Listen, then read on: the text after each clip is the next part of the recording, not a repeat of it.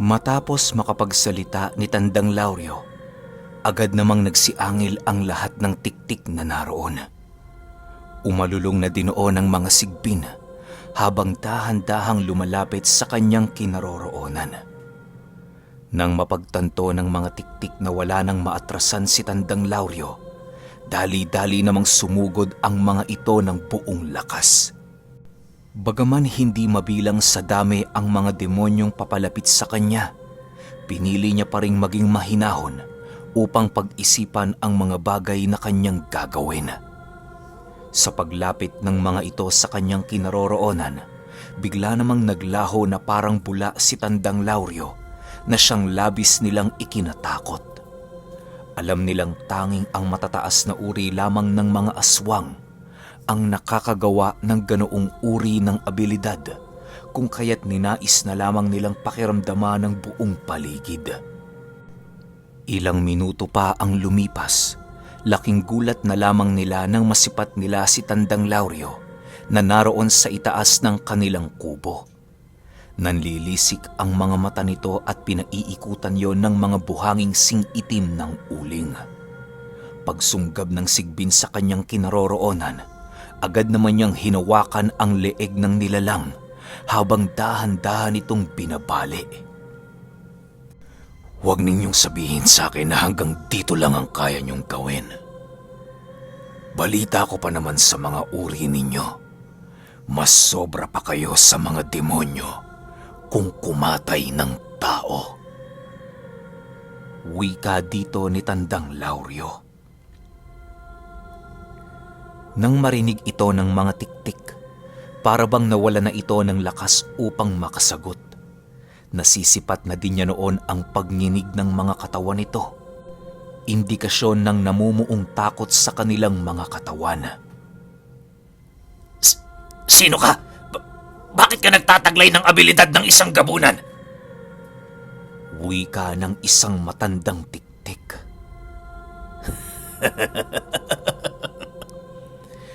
Wala ka sa posisyon para tanungin ako ng ganyang bagay. Kung ako sa inyo, sumuko na lang kayo ng mahinahon at ialay sa akin ang inyong mga buhay. Sagot naman dito ni Tandang Lauryo. Nang marinig ito ng mga nilalang, agad namang nagsiangil ang mga ito habang patuloy na pinapalakas ang kanilang mga loob. Maya-maya pa, bigla namang nasipat ni Tandang Lauryo ang paghahanda ng mga ito upang sumugod sa kanyang kinaroroonan. May iilan din sila noong sigbing nagbabantay sa buong paligid upang masigurong hindi makakatakas ang pangahas sa kanilang lugar. Nang mapagtanto ni Tandang Lauryo na walang balak sumuko ang mga tiktik, pinili na lamang niyang waksan ang nagaganap na digmaan. Sa muling paglaho niya sa kanyang kinaroroonan, agad naman siyang lumitaw sa harapan ng matandang tiktik at walang habas itong inundayan ng saksak, gamit-gamit ang kanyang napakatalas na mga kuko. Nang hindi pa nakontento doon si Tandang Lauryo, kinagat niya pa ang leeg nito na siyang naging sanhi upang kumalas ang mismong ulo ng nilalang sa kanyang katawan. Nang masipat naman ng iilang tiktik ang ginawa ni Tandang Lauryo, hindi na iwasan ng mga itong magsiiyakan habang patuloy na nag-aangil. Mabilisan ding sumugod ang mga nilalang na yon sa kanyang kinaroroonan na parabang hindi nag-iisip. Dahil sa kanilang ginawa, mas lalo pang tumindi ang pagmamalabis ni Tandang Lauryo na tuldukan na ang kanilang lahi. Sa muli niyang pagsugod sa mga nilalang, wala na siyang itinirang buhay. Ang iilan sa mga ito ay naghihingalo na, samantalang ang iba naman ay tuluyan ng namaalam. Matapos itong gawin ni Tandang Lauryo, agad din naman siyang naghukay ng isang napakalalim na libingan para sa mga katawan na kanyang pinaslang. Sinunog na din niya ang bahay nito upang wala na doong mahanap na bakas ang kanilang mga kababaryo. Ilang minuto pa ang lumipas Napagpasyahan naman niyang bumalik na sa kanilang lugar upang matingnan ang kalagayan ng kanyang asawa. Kahit papaano, panatag naman siya noong walang mangyayaring masama sa kadahilan ng iniwan niya ang kanyang sigbin upang magbantay. Bago siya tuluyang bumalik sa kanilang bahay, napagpasyahan na muna niyang tunguhin ang kaharian ng kapreng nagbigay sa kanya ng kapangyarihan. Napakadaling oras lamang ang binuno niya noon sa paglalakbay, gawa ng nagtataglay siya ng hindi masukat na bilis. Nagagawa na noon ni Tandang Lauryo ang magpabitin-bitin sa puno, maging ang maglakad sa mga dahon nito. Sa pagdating niya sa kaharian ng kapre, bumungad sa kanya ang nilalang na napapalibutan ng 7 apoy. Ayon kay Tandang Lauryo, na ang ginawang siga noon ng nilalang ay ang isang patay na punong madaling kapitan ng baga. Inilublob niya ang baga nito sa ilalim ng buhangin na sinabayan ng iilang tuyong dahon. May mga inihip ding dasal doon ng nilalang upang masigurong hindi madaling mawala ang apoy sa oras na merong dumaang isang malakas na hangin. Dagdag pa ni Tandang Lauryo na ang mga apoy na yon ang sumisimbolo sa 7 dimensyong kinaroroonan ng iba pa niyang sugo. Sabay-sabay niyang kinakausap ang mga ito kapag sumasapit ang gabi ng Huwebes at Sabado. Matapos itong masilaya ni Tandang Lauryo, wala naman siyang nagawa kung hindi ang maghintay hanggang sa matapos ang nilalang sa kanyang ginagawa. Pagsapit ng 12:00 ng hating gabi, bigla namang tumayo ang kapre at lumapit sa kanya. Ano ang kailangan mo, Lauryo? Tanong nito. Meron lang sana akong nais itanong sa'yo. Sa kasunduan natin, hindi naman nakasaad na hindi ako maaaring pumatay ng kapwa ko demonyo, tama ba? Oo. Walang nakasaad. Subalit ang batas na yan ay merong limitasyon. Kapag ika'y nakaharap ng isang lahing merong gumagabay na demonyo, hindi mo yun maaaring kitilan ng buhay. Sagot naman ng nilalang. Dagdag pa nito na kapag sinuway ni Tandang Lauryo ang ganoong utos, makakaranas siya ng isang kaparusahan na tatatak talaga sa kanyang isipan. Maaaring mangyari yon sa kanyang anak o hindi naman kaya'y sa kanyang asawa. Maaari din siya mismo ang makaranas ng parusa kapag ito'y ninais ng demonyong nagkaroon ng galit sa kanya. Kaya dapat, Lauryo, mag-iingat ka sa lahat ng iyong pagpapasya. Huwag kang makakalimot na palagi akong nakasubaybay sa lahat ng iyong ginagawa. Huwag mo ding tangkaan pa akong isahan dahil sigurado kong hindi mo yun magagawa. Wika ng demonyo. Nang marinig ni Tandang Lauryo ang sinabi nito, agad din naman niyang nilisan ang lugar na yon. Pagbalik niya sa kanilang baryo, napansin niyang marami pa ring nakabantay sa bahay ni Maestro Pedrito. Habang patuloy niyang pinagmamasdan ang buong paligid, bigla naman niyang narinig ang mga pag-uusap nito tungkol sa isang pangkat na kanilang binubuo. Dahil sa mga narinig noon ni Tandang Lauryo, doon niya nakumpirma na meron palang binabalak na kakaiba ang mga albularyong naroon. Sa isip-isip niya, kinakailangan na din niyang maghanda sa mga kaganapan na hindi niya inaasahan. Ilang minuto pa ang lumipas, napagpasyahan na din niyang bumalik na sa kanilang tahanan upang magpahinga.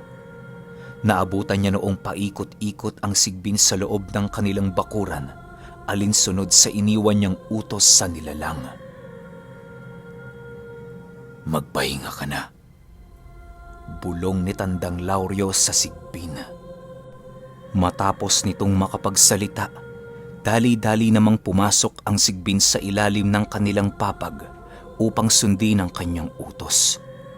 Pumasok na din siya noon sa kanilang bahay nang sa gayoy siya ay makapagpahinga na at masilayan ang kalagayan ng kanyang anak.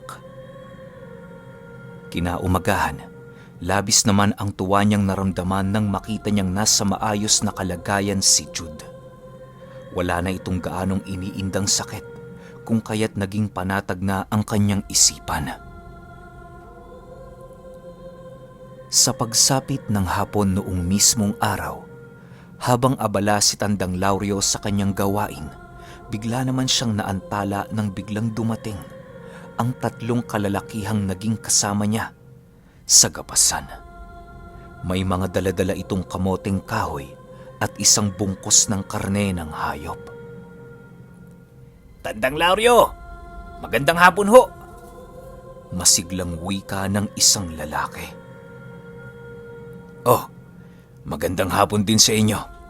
Nag-abala pa kayo.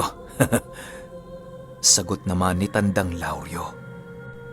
Matapos nilang mag-usap, agad din namang pumasok ang mga ito sa kanilang bakuran. Hindi na ito pinatuloy ni Tandang Lauryo sa loob ng kanilang bahay sa kadahilan ng naroon ang kanyang mag-ina. Tandang Lauryo, kaya ho kami napunta rito para bigyan kayo ng abiso ukol sa nalalapit na pagtitipon ng ating lahi. Magaganap ito sa ating baryo, kung kaya't asahan nyo na ho ang kanilang pagdagsa kinabukasan o mamayang gabi. Wika ng isang lalaki. Ganun ba? Sige, wala yung problema. Ngunit sabihin mo sa lahat ng dadayo dito sa lugar ko, hindi ko pinahihintulutan ang anumang pagkain ng ating mga kababaryo. Sagot naman ni Tandang Lauryo. Kasabay ng pagwika nito ay ang pagyuko naman sa kanya ng 3 lalaki habang dahan-dahang lumalayo. Sa puntong yon, walang kaide-ideya si Tandang Lauryo na merong palang nakasaksi ng kaganapang kanyang kinasangkutan. Pagsilay niya di kalayuan sa kanyang tahanan, doon niya nasipat ang isang disipulo ni Maestro Pedrito.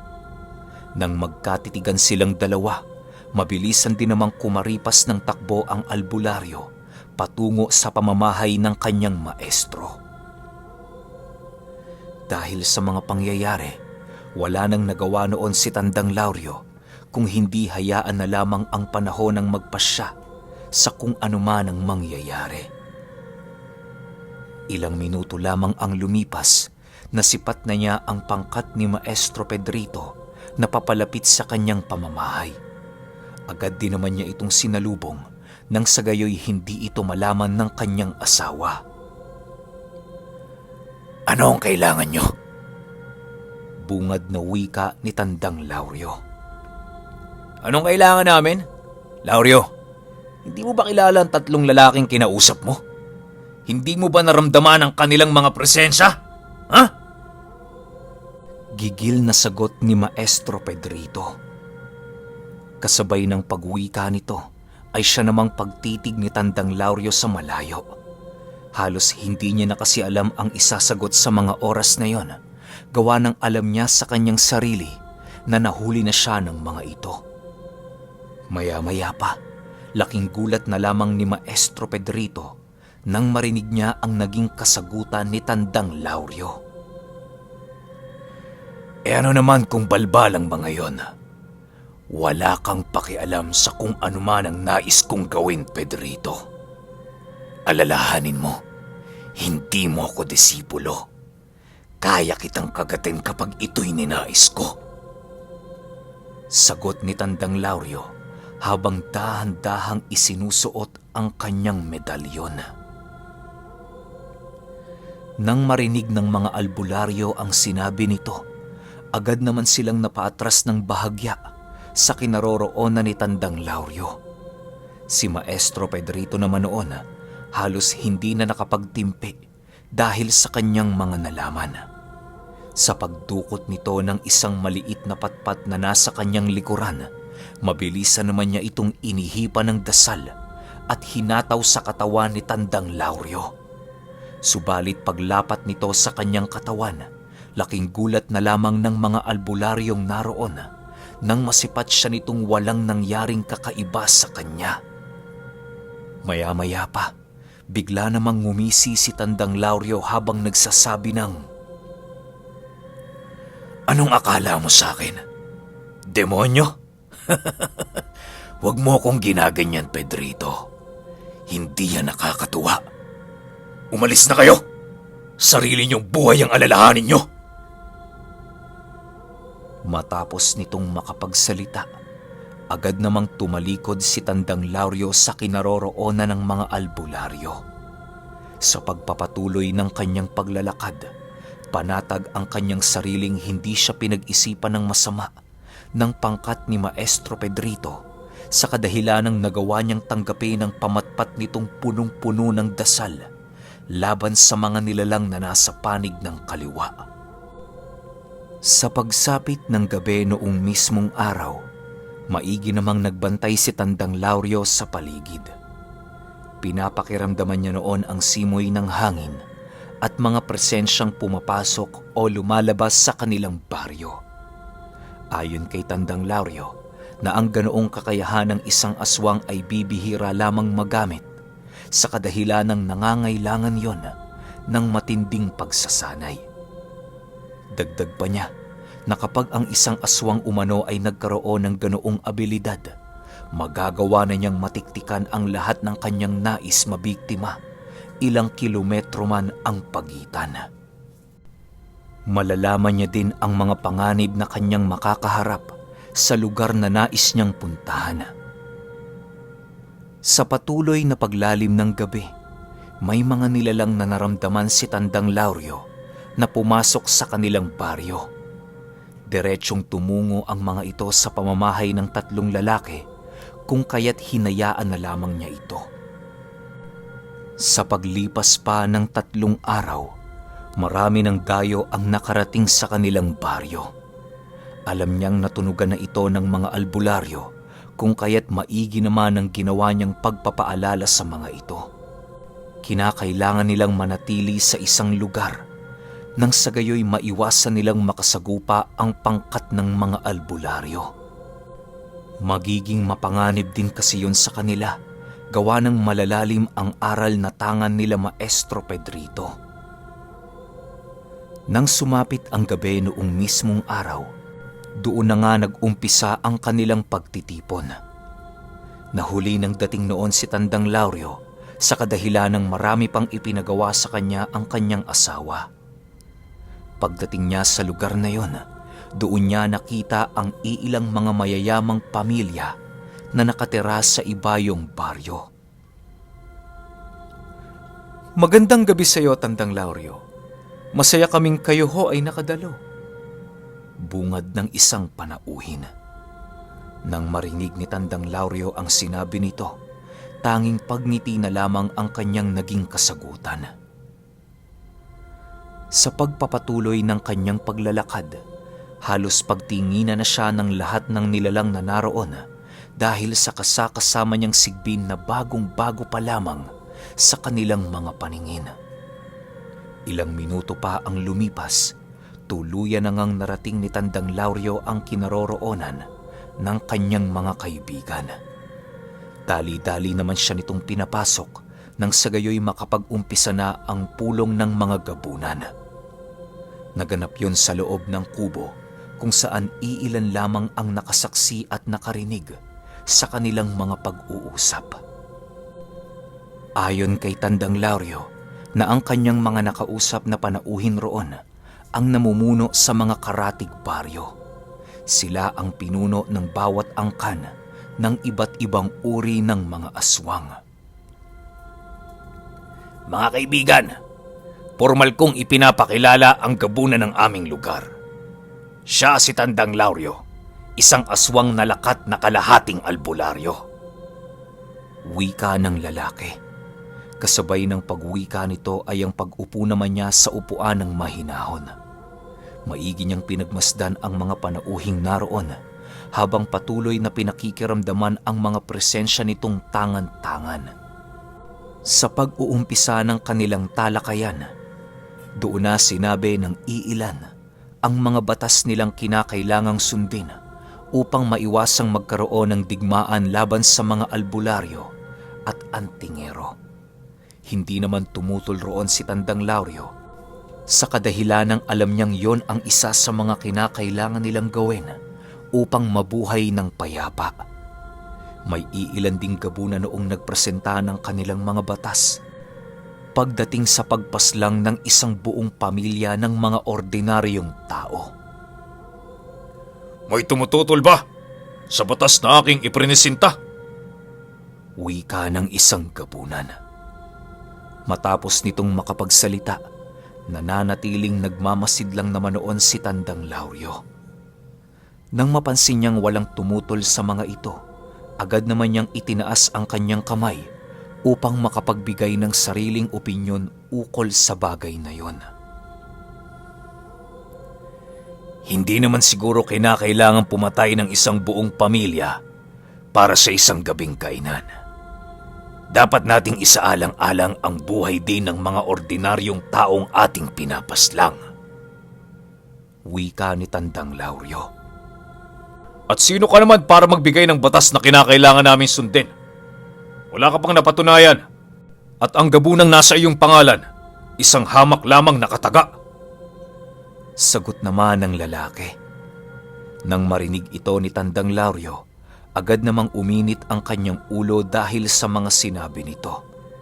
Walang sabi-sabi, mabilisan siyang tumayo sa kanyang pagkakaupo at walang pagdadalawang isip na hinamon ang lalaking yon. Halos magkagulo na noon sa loob ng kubo sa kadahilanang nagkampi-kampi na ang lahat ng gabunang naroon. Maya-maya pa, bigla namang tumahimik ang lahat nang marinig nilang hamunin ng duelo si Tandang Lauryo. Sa puntong yon, alam nilang yun na lamang ang kinakailangan nilang gawin upang malaman kung sino ang masusunod sa dalawa. Bago pumatak noon ang hating gabi, nananatiling nagmamasid lang naman si Tandang Lauryo sa paligid. Wala itong iniihip na dasal sa kanyang katawan, hindi kagaya ng gabunang kanyang katungkali. Ang mga nakakakita naman noon sa kanyang ginagawa ay halos hindi maiwasang magduda sa kanyang kakayahan.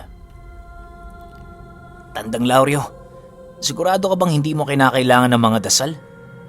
Paalala lang ha, hindi kanyan pakikitaan ng awa sa oras na ikay ng hina. Ang duelong ito'y hanggang kamatayan. Wika ng isa niyang kaibigan. Duda ka ba? Huwag kang mag-alala. Walang mangyayari sa aking masama. Ramdam ko ang kahinaan niya. Kaya paniguradong ni Katiting wala siyang pag-asang manalo sa akin. Sagot naman ni Tandang Lauryo. Ilang minuto pa ang lumipas, nag-umpisa na nga ang pinakahinihintay ng karamihan. Kinanap yon sa malayong parte ng kanilang baryo nang sa gayoy walang sino man ang makikialam sa oras na mag-umpisa na ang duelo. Pagsipat ni Tandang Lauryo sa kanyang kalaban, doon niya napagtantong isa pala yung aswang nalipad.